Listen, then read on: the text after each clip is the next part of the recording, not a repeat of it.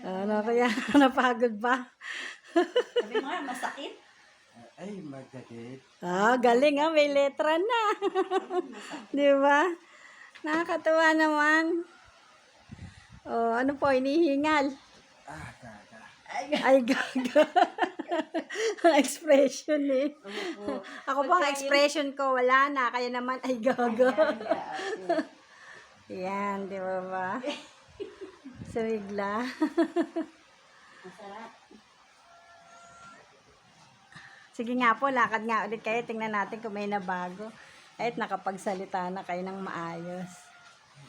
Ayan. Pangalawang sessions na po namin. Hakbang mo nga. Maganda na. Sige nga po, itaas nyo nga yung paa nyo, yung patuhod. Wow, wow. Galing ha. Sa salita po tayo. Sabihin nyo maganda si ate. Hindi pa kaya. Ano pa yung pinakaletrang makakaya? Pagka yung may sinabi kayo sa kanya, yung masusunod niya naman. Ate. Ayun, naaano Pero naman. pag Yung nag-uusap sarili. na po, hindi pa. Kunyari mo yun, sasagot siya sa usapan Wala. natin, aga-aga lang sasagot. Parang ibig niya sabihin, salita, hindi pa siya. Hindi pa siya maano. Yun ang masusubaybayan po natin. Sana, no? Ako, kuya, pag napagsalita kita. Pero yung Opo. basa, nakakabasa siya. Sabihin mo nga, kuya, yung basa. Basahin mo yun. Open. Nakakaano lang. Yung pag Pero yung magsasalita. conversation po natin, hindi pa siya, hindi niya kaya. Siguro, yun, sumasagot siya, pero yung words niya, aga-aga. Aga-aga. Yun lang yung na. Katulad niya, Open. nabasa. Nababasa pero Pagkababasa siya. walang laban yung ano. Usap kayo po, hindi niya Matigas pa po kasi may lockjaw eh. Yun ang pag napalambot natin siguro baka magkaroon ng letra. Pero ano po, nakakuha ako ng ugat sa ugat ng dila nakasungkit na ako. Ayan, marami na nga kayo nasasabi kahit pa paano.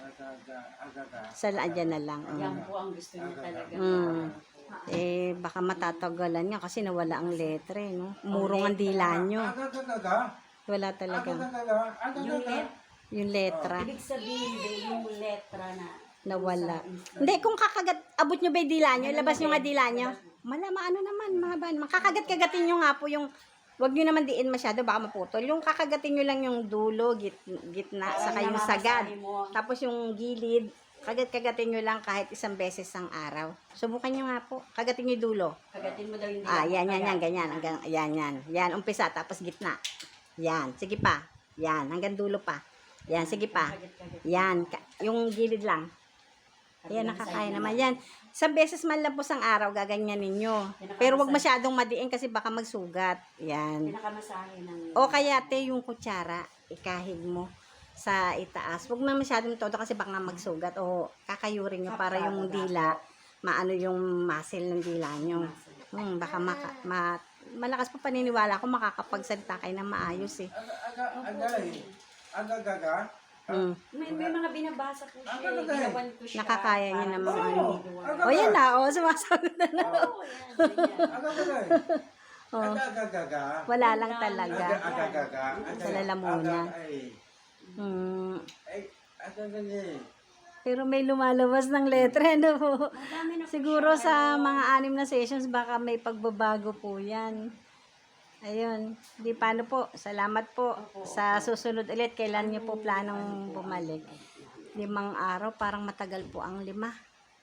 Siguro, mga 3 araw lang po palipasin nyo. Pwede pa kasi undas. Ay, undas bukas. Oh. Tapos, Ano bang araw bukas? Sabado. Bukas na po ba undas? Bukas, 1. Bukas. Sorry, wala siya doon. Sundays, 3.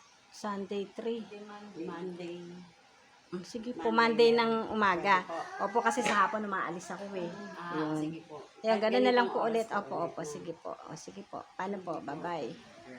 Next naman sila. Salamat. Sabi mo, be, salamat. Salamat. Oh. Ate. Salamat, ate. Ayun. Pagka po sasabihin Oh, di ba? mo, Ayan, oh.